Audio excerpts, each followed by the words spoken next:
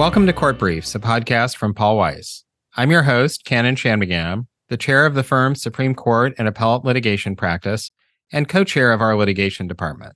In this podcast, we analyze Supreme Court decisions of interest to the business community. The Supreme Court recently completed its 2023 term, and on the last day, it issued its decision in Moody versus NetChoice, which involves the interplay between the First Amendment and social media platforms. Joining me to talk about the court's decision is my colleague, Will Marks. So, Will, tell us a little bit about the facts of this case. Sure. So in 2021, the states of Texas and Florida passed laws responding to what they viewed as perceived bias by social media platforms against conservative content. The Texas law provided that platforms with 50 million or more of users could not engage in viewpoint censorship, and it also required disclosure of certain content moderation policies and procedures to appeal those content moderation decisions. The Florida law, on the other hand, prohibited platforms from banning political candidates or journalistic enterprises and required individualized explanations for certain content moderation decisions. This case involved a constitutional challenge to both of those laws. So the same plaintiff brought suit to challenge both of these laws. How did this get to the Supreme Court?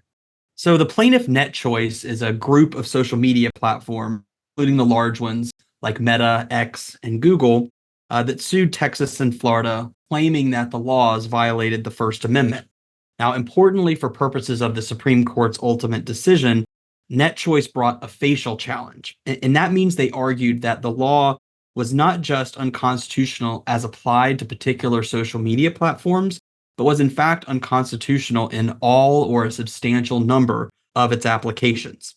The 11th Circuit ultimately held in the Florida case that content moderation is speech and that the Florida law violated the platform's First Amendment rights.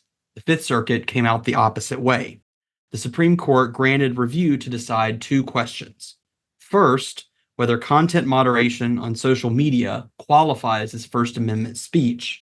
And second, assuming content moderation is speech, whether the state's laws unduly burdened that speech. So the Supreme Court's decision in this case was a little bit complicated. Will, walk us through what the court actually held, and then we'll talk a little bit about the court's reasoning. Okay, so the court primarily held that the courts of appeals had not properly applied the standard for assessing facial constitutional challenges. But after doing so, it then proceeded to provide guidance to the courts of appeals on remand on how the facial challenges should proceed. So let's talk a little bit about what that means in practice. So what did the Supreme Court tell the lower courts to do here? Well, facial challenges are supposed to proceed by having a court analyze the full sweep of the challenged law and then assessing which applications of the law violate the First Amendment and measuring those applications against permissible applications.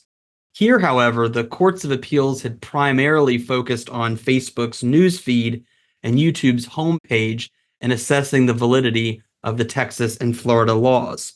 There were open questions, however, as to whether those laws had other applications, such as to an email provider or a ride-hailing service or even an online marketplace.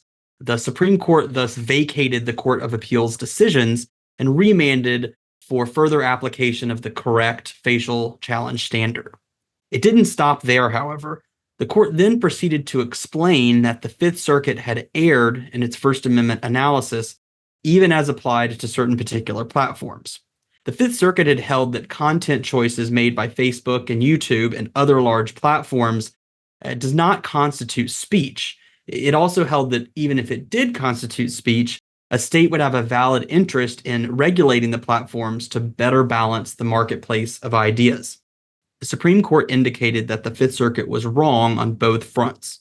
The court first held that the First Amendment is implicated where a party compiling and curating other speech is directed to accommodate speech it would otherwise prefer to exclude. In other words, the party's editorial choices constitute protected speech. The court then held that a state's interest in broadening the marketplace of ideas can't justify regulation of those editorial choices.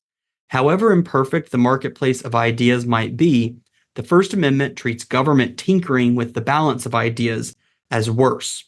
The court then applied those principles, concluding that the First Amendment protected Facebook and YouTube's content moderation.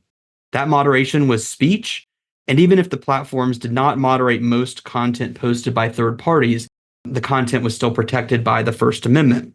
The court then held that Texas's asserted interest in ensuring a platform for conservative speech couldn't justify the state law. A state cannot regulate private speech to advance its own vision of ideological balance. So, given the complexities here, Will, what are the implications of the court's decision? Well, I think only appellate lawyers and academics are going to be focusing on the facial challenge issue. But the guidance the court provided on the Texas law is really of profound importance for social media companies and users. The court has now made clear that for First Amendment purposes, content moderation by major social media platforms is protected speech. And a state can't regulate that content moderation based on its perception that the platforms are disfavoring certain viewpoints. The question going forward will be how this type of analysis applies to other platforms on the internet, such as email, online marketplaces, or mobile applications. Great. Well, there's certainly going to be more to come in this important area of the law, but thanks for now, Will, for summarizing the court's decision. If you have any questions about the decision, please feel free to reach out either to Will or to me.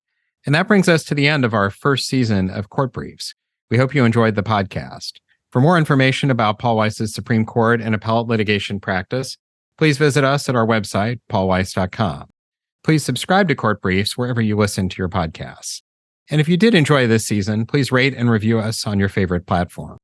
We'll be back again next fall with another season of Court Briefs.